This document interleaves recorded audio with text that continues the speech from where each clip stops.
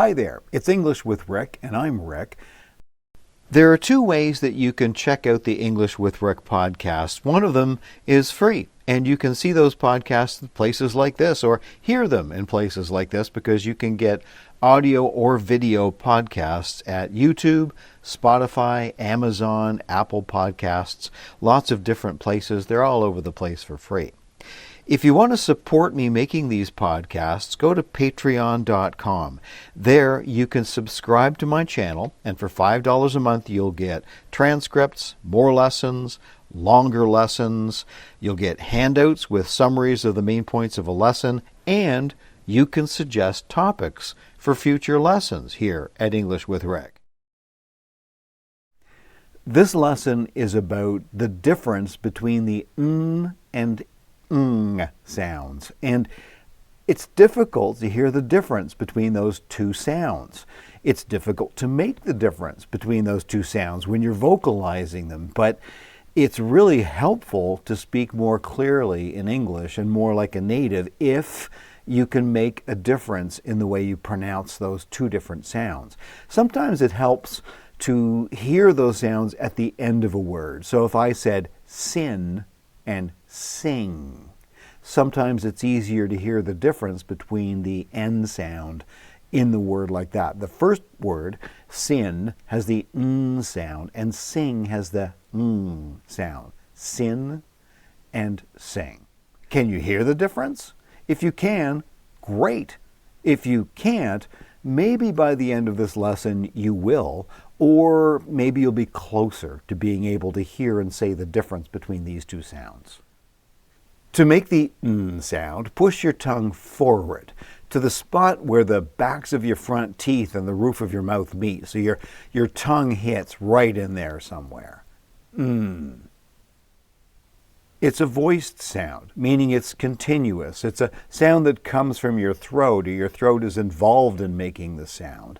And it's continuous. That means you can make the sound for quite a long time, as long as you have air.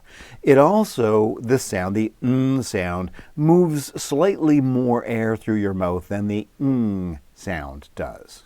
This sound comes mostly from the front of your head near your nose.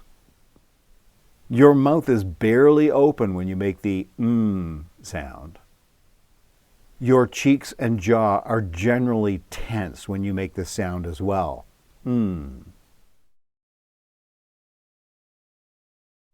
For the ng sound, or the ing sound, your tongue hits the roof of your mouth at the back. And to do that, you need to relax your jaws and your cheeks a little bit so you can move your tongue back there. So instead of, for the n sound, your tongue hitting at the front of your mouth, at the backs of your front teeth and on the roof of your mouth, it's at the back that your tongue hits the roof of your mouth.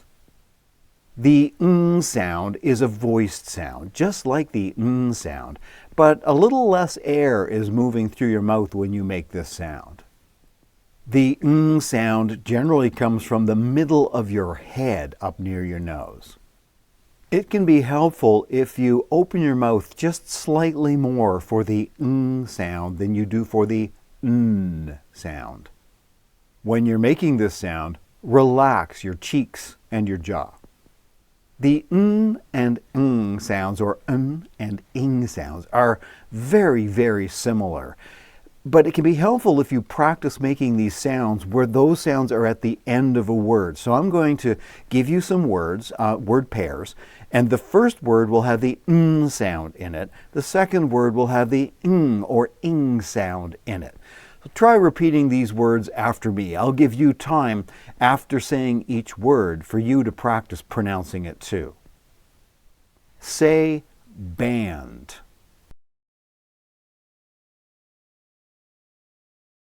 Now say banged.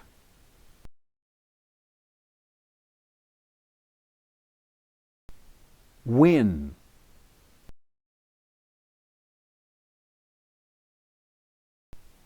Wing.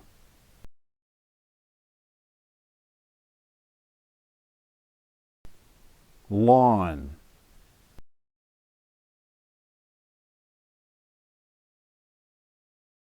Long.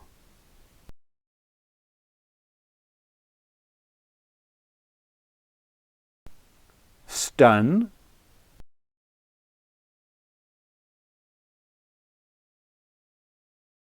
Stung.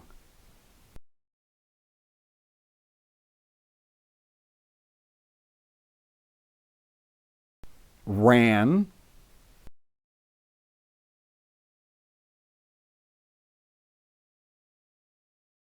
Rang.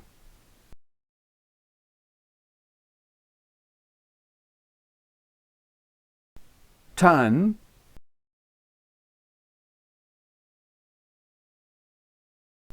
Tongue.